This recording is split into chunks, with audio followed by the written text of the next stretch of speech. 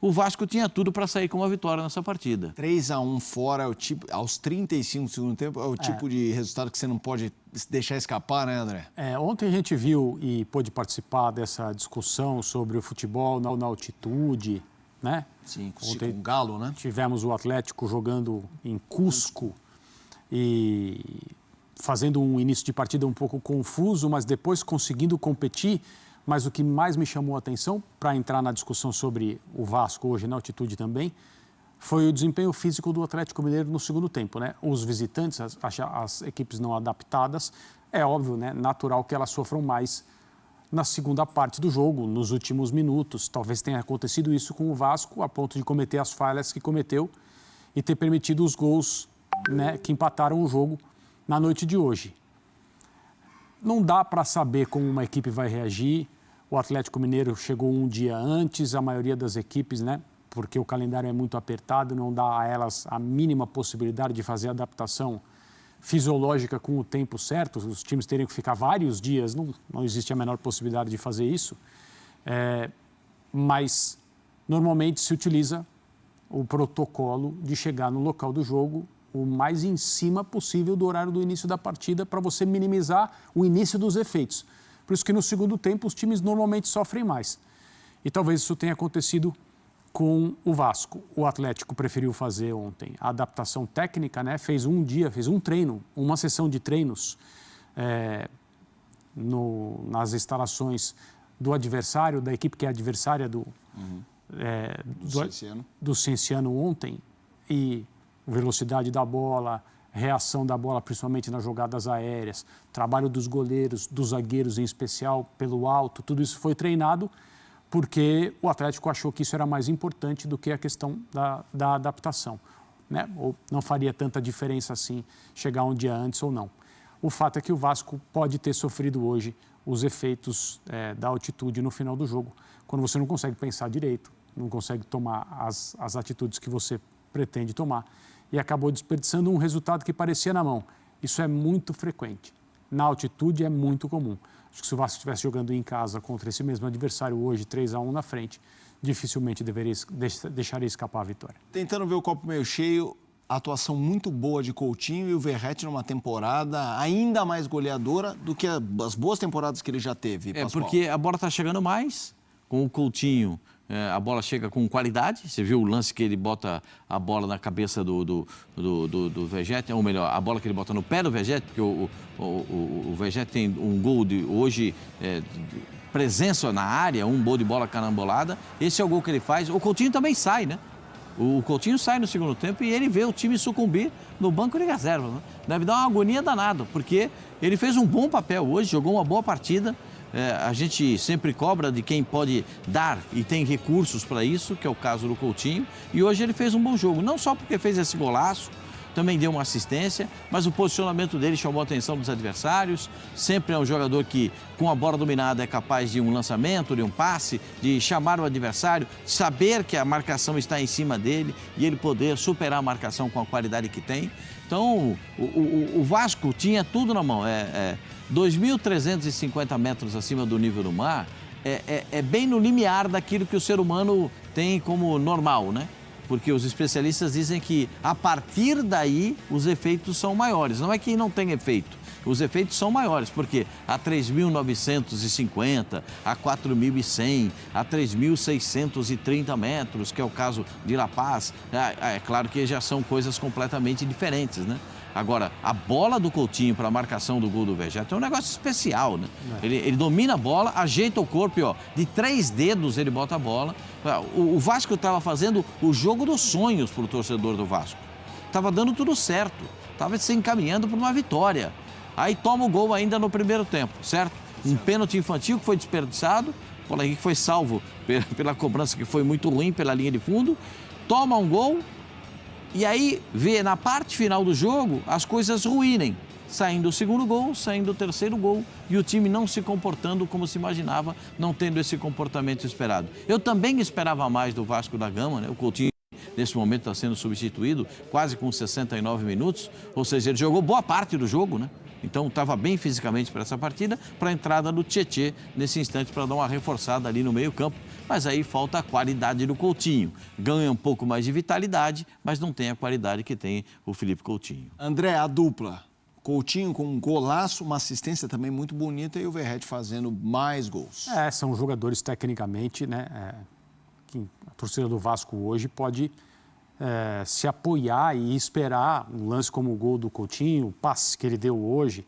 Eu estou de pleno acordo. A questão para mim é muito mais em relação ao Coutinho, né? A capacidade física dele de sustentar as partidas mais duras. Hoje ele jogou até o minuto 70, quase como disse o Pascoal, numa situação em que as condições são muito mais exigentes do que quase 100% dos jogos que o Coutinho faz com a camisa do Vasco aqui na América do Sul. Evidentemente, no Brasil não existe nada parecido com isso. Eu acho que ele suportou bem, né? Cada organismo é um, não dá para você encontrar uma regra, olha, vamos fazer isso, porque aí todo mundo vai se dar bem, né? Vamos evitar isso, porque senão todo mundo vai se dar mal. Tem jogador que corre como se estivesse jogando na praia, numa situação como essa. E cada organismo responde de um jeito. Eu achei que o Coutinho hoje respondeu bem, tecnicamente ofereceu ao Vasco aquilo que ele é capaz de fazer. Infelizmente, o resultado ao fim não foi aquilo que o Vasco queria. Vamos ouvir o técnico do Vasco. Estou vendo aqui nas redes sociais, tem torcedor que não gostou da postura do Vasco na reta final do jogo e atribui ao técnico Fábio Carelli. Vamos ouvir as explicações sobre o jogo e esse empate do treinador vascaíno. Pelas circunstâncias do jogo, fica amargo, né? Tá 3-1 e jogando, fazendo um jogo inteligente até então, pelas dificuldades que é jogar aqui. A gente não conseguiu subir as linhas no segundo tempo. Não é desculpa, mas é uma verdade. No intervalo, muitos jogadores pedindo oxigênio. Só da linha defensiva ali 3, né? Menos o João pedindo. Outros jogadores no intervalo, só aguento mais 10, 15 minutos.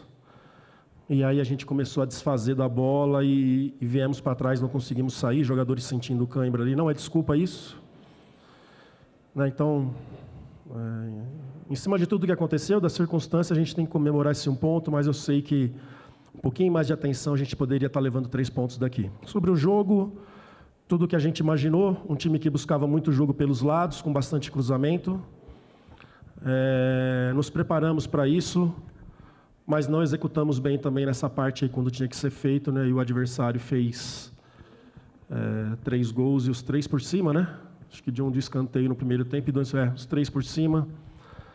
Né? Vamos levantar a cabeça e pensar no Brasileirão daqui para frente. O time do Melgar atacou muito pelo lado esquerdo da defesa do Vasco. Sofremos muito por aquele espaço e não tivemos ali uma dobra de marcação, ou até mesmo um jogador que tenha um poder de marcação maior. Queria que você falasse também sobre essa questão de opção de elenco pelo lado esquerdo. Primeiramente, a gente não chama adversário, né?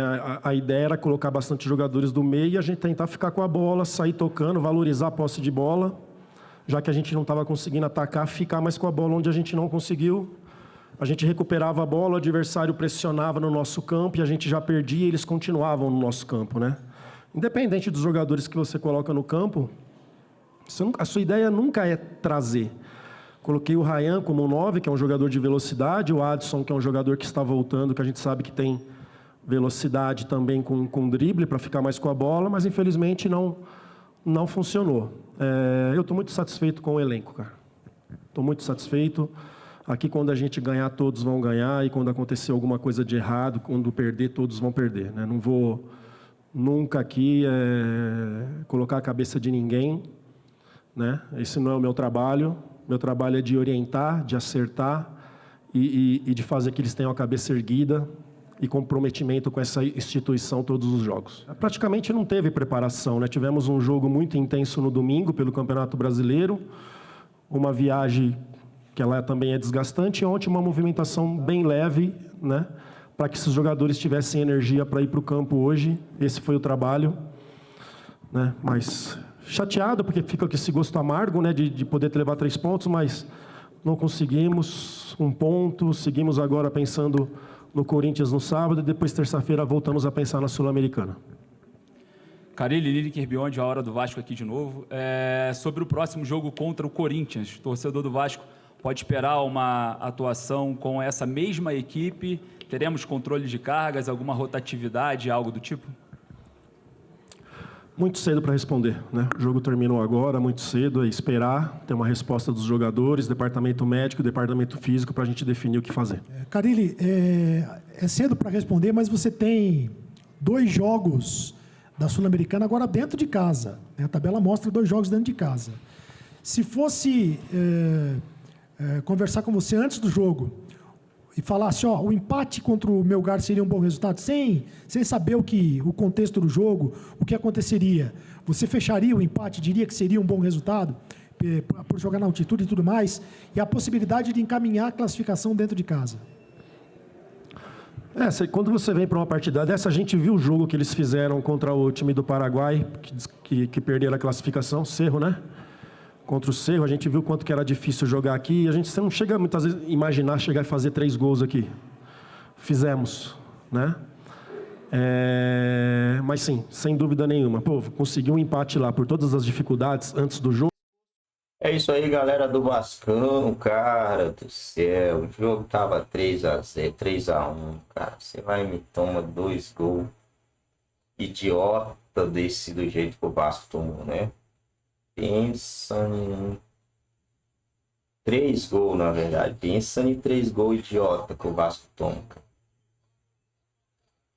Dá vontade de PQP, mano. PQP, velho. Caramba, mano. Não consegue segurar um resultado, velho. Não tem como, cara.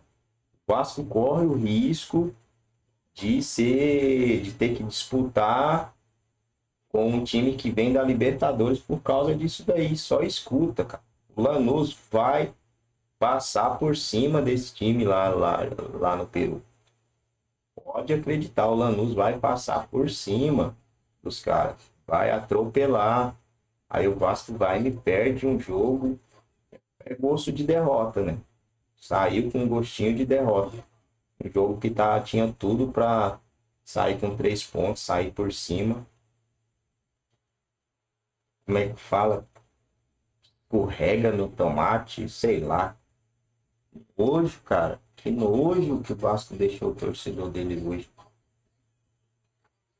Esperançoso, pô, 3-1. De repente tomo 3-2. Quase tomo 4-3, velho. Isso aí, esse tipo de virada aí é a coisa que só acontece no videogame e com o Vasco. Só acontece com o Vasco e em videogame, né? O Vasco curte tomar essas viradas em jogos importantes. Adora. Vamos ver, né? Vamos ver como vai se comportar daqui pra frente. Porque, olha, o jogo tava praticamente ganho, pô.